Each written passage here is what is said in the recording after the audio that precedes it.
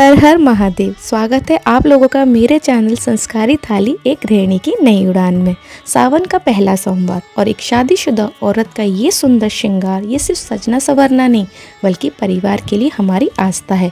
शादी के बाद जिम्मेदारी भले ही बढ़ जाती हैं, लेकिन सावन का ये पावन दिन हमें अंदर से एक नई शक्ति और सकारात्मक ऊर्जा भर देता है। पूजा के बाद मैं अपनों के लिए तैयार कर रही हूँ मेरी सावन स्पेशल व्रत वाली थाली, जिसमें मैं बना रही हूँ साबूदाना खिचड़ी, चटपटे आलू, दही मखाने की ठंडी ठंडी चाट और मीठे में मखाना लड्डू।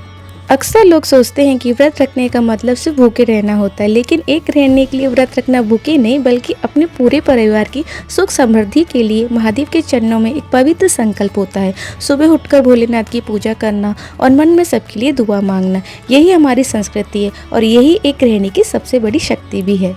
रसोई में ये खिली खिली खिचड़ी बनाते हुए मुझे एहसास होता है कि एक गृहिणी का हुनर किसी तपस्या से कम नहीं। घर में रहकर छोटे बच्चों को संभालते हुए हम खुद को भले ही दुनिया से पीछे समझने लगे, लेकिन हमारी ये कला ही हमारी सबसे बड़ी ताकत है। ये संस्कारी थाली गवाह है कि एक शादीशुदा औरत के हाथ जब प्यार और श्रद्धा से खाना बनाते हैं तो वह भोजन सीधा ईश्वर का प्रसाद बन जाता है। शादी के बाद जिम्मेदारियां भले ही बदल जाती है, लेकिन हमारे सपने नहीं बदलने चाहिए।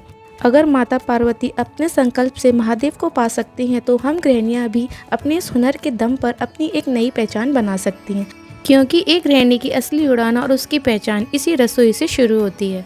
घर की जिम्मेदारियों को निभाते हुए अपने इस सुंदर रूप और रसोई के हुनर को अपनी पहचान बनाना ही मेरी इस नई उड़ान का मकसद है। महादेव के चरणों में पूरे परिवार की खुशहाली और मेरी नई उड़ान का संकल्प लेकर जब मेरे ये सजे धजे हाथ रसोई में आज खाना बना रहे हैं, तो मेरी मेहनत को एक नई दिशा मिल रही है।